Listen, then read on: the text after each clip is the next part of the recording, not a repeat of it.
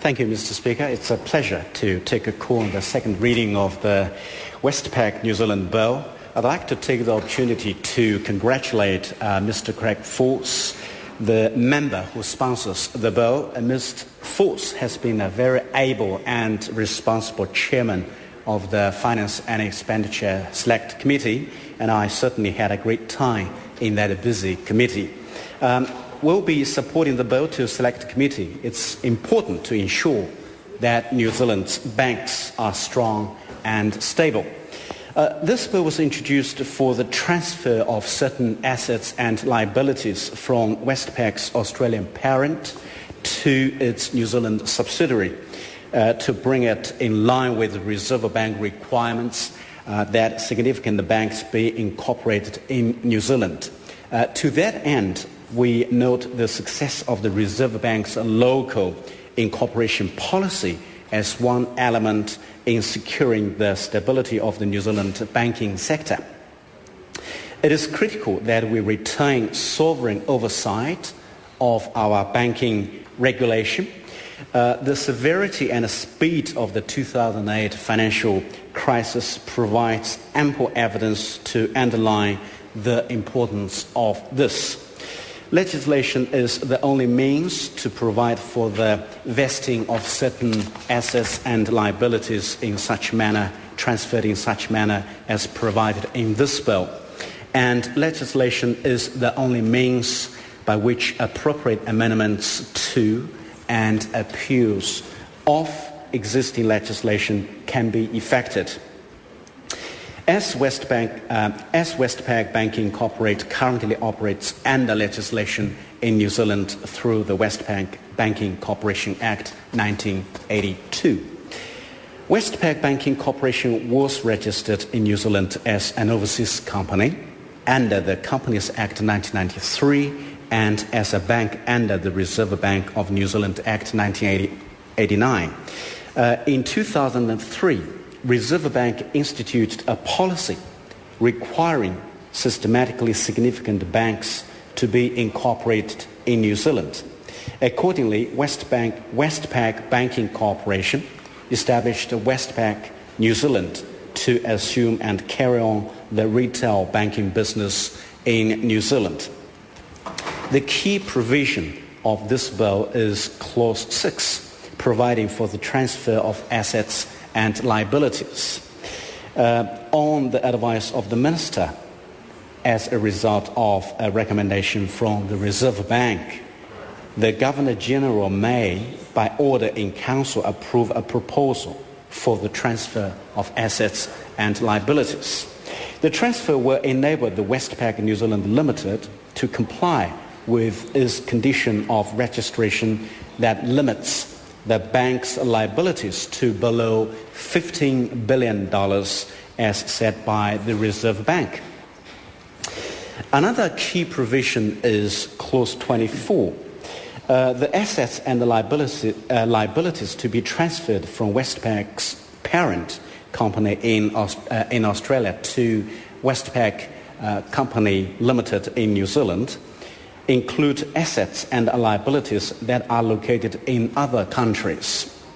Typically, this may include a guarantee from an offshore parent company or a security given by a New Zealand company over an overseas asset. The extent of the foreign law assets and liabilities is more material than under the Westpac New Zealand Act 2006 because the assets and the liabilities concern institutional banking customers which conduct the business internationally.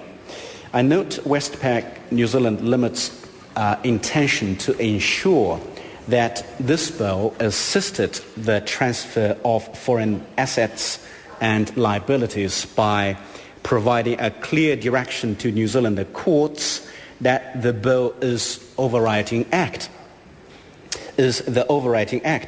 The words, quote, equivalent of an enactment in a country other than New Zealand, end quote, were included in Clause 24, Sub 4 and Sub B to ensure that a New Zealand court applying foreign law treats this bill as paramount.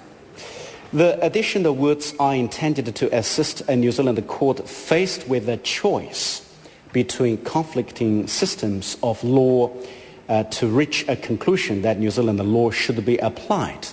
This is seeking to utilize the principle that a New Zealand statute may accompany a substantive provision with an explicit or implicit conflict of laws rule and therefore override what would otherwise be the applicable conflict rule. Taking into account the points raised by the Finance and Expenditure Select Committee at the hearing, Westpac New Zealand Limited has now reworded Clause 24 sub 4 and also Clause 25. This amendment means the wording of relevant clauses reflect the wording in Section 24 sub 4 of the 2006 Act. There are two other issues I wish to raise at this stage.